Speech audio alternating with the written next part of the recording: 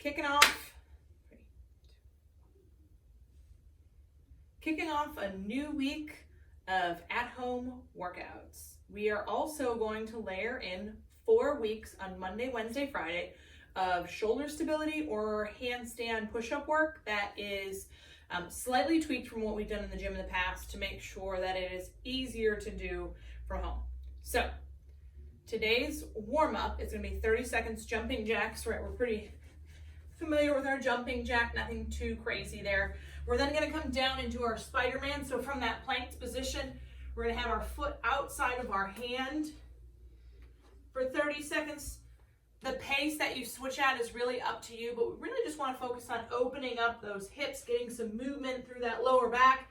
And then from there, we're going to come in 30 seconds of mountain climbers. Again, pulling that knee towards the elbow. Remember to breathe. A lot of people forget to breathe with mountain climbers for whatever reason. So 30 seconds of each movement for 2 rounds. And then to warm up our shoulders for that shoulder stability program, we're going to come plank to down dog. So from this planked position, I'm going to drive my heels towards the floor, nose towards toes, opening up the shoulder, back into that planked position. So getting those 10 in total plank to down dogs. Now, depending on whether we want to work shoulder stability or getting inverted, because there are some people that don't have any interest in going upside down, totally fine. Our work is going to look slightly different. So if we're working shoulder stability, 60 seconds plank, and we're looking to have wrist, elbow, shoulder stacked for 1 minute. So we want to avoid butt in the air or belly towards the ground, but we really want to try and think pulling that bottom of the rib cage towards the top of the hip so we stay nice and tight, nice and flat for that full 60 seconds. And then from there, we're going to go push-ups. Now, depending on where we're at with push-ups, we've got some options. Ideally, we're going to, just like we have in the plank, wrist, elbow, shoulder stacked, elbows tight to the chest, back to full extension is our ultimate goal. If we need to start elevating hands, we can. So bring our hands up. Again, we want to try and get our chest to whatever physical distance we have set for ourselves and press up from there. And lastly, we would come down onto the knees, right? It's still getting chest to the ground, back to that full extension. Now, if we're working getting upside down, you're going to essentially wall walk yourself up the wall till your belly button is on the wall for a 30-second hold, and then 10 hand release push-ups. So coming down, physically having the hands released from the floor, back to full extension, so 10 hand release push-ups for 3 rounds. The core work for everybody, be it shoulder stability or getting inverted, is going to be the same. So we're going to come into a Tabata. Tabata, there are plenty of good apps out there for a Tabata timer that will actually beep and make audible noise for you, so you don't have to worry about watching a stopwatch. 20 seconds on, 10 seconds off for 8 rounds. But what we're really working on in this position, this hollowed position, is pushing our lower back physically into the ground as we raise the toes up. Ideally, we'll get hands overhead and then a small little rock. So we're looking to avoid that big movement coming from the hip, but instead being controlled from your core. Now, if that's too much, and by too much I mean your back is coming off of the ground, if we have or we don't have the ability to hold that position, you'll get kind of this like clunking where you can feel yourself drop. We're not holding good position. In that case, we either want to bring one foot in or we can bring hands down, right? Would be that first scale.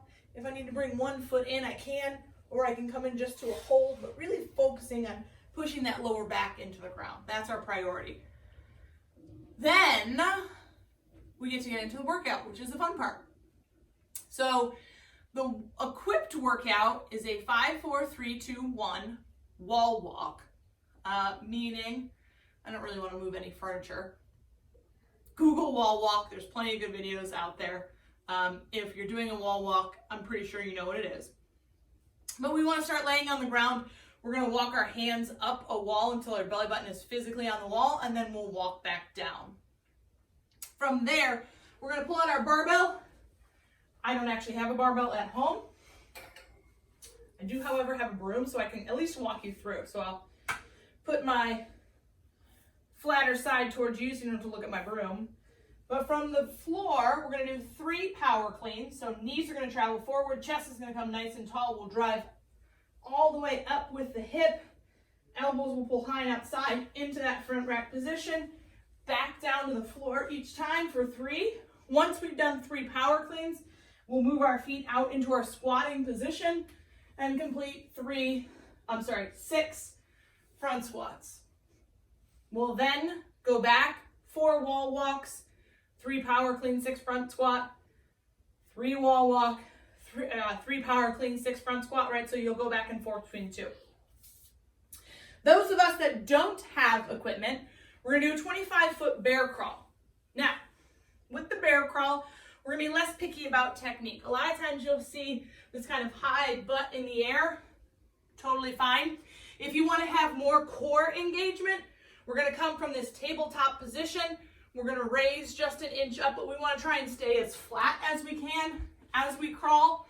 But up to you guys, right? Again, we're not in a perfect world, so we wanna have some flexibility in the fact that you're just moving it all. Deal? Cool. From there, I've got I think right now I've got 30 pounds in here. I have up to 50. Again, nothing crazy. I've just got a backpack with 10-pound inserts of pea pebbles inside. We're then gonna do 10 goblet squat or front squat with those pea pebbles. I'm probably gonna wrap this in to make it as tight as I can. From there, I'll have hip creasing the knee coming back to that full stand. I'll then drop that 200-meter run, 12-minute AMRAP. All right, so your unequipped workout today is going to be a 25-foot bear crawl, 10 goblet squats, 200-meter run, 12-minute AMRAP. Our finisher, we're going to pull in some of our favorite stretches. So bottom of the lunge position, we're really going to focus on opening up that back hip towards the floor, our low dragon. So we want to try to avoid letting the body get away from stretching that hip flexor open. 1 minute on each side. We're then going to come into that figure 4, where we'll cross one leg across and then really try and stretch the outside of this hip. I know it's really good on my right leg to do it this way. My left knee is a bit wonky. So coming in from this bottom position, and now I can push against, let me turn this way. I can push against my knee and kind of pull my ankle, and that will give me a nice stretch as well.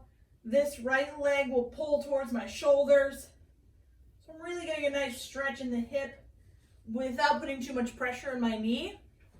And then we're gonna finish off today with a puppy dog, coming down, kind of a variation of a child's pose. Chest to the ground, just really trying to relax that thoracic spine. So we'll finish that off with 2 minutes. Check out the Healthy Habits Challenge, right? So if you're a COCA member, check out the Healthy Habit Challenge and the Sugar Wad as well. You'll have some drop-down activities to do there, daily challenges, that kind of stuff. So we'll see you guys tomorrow.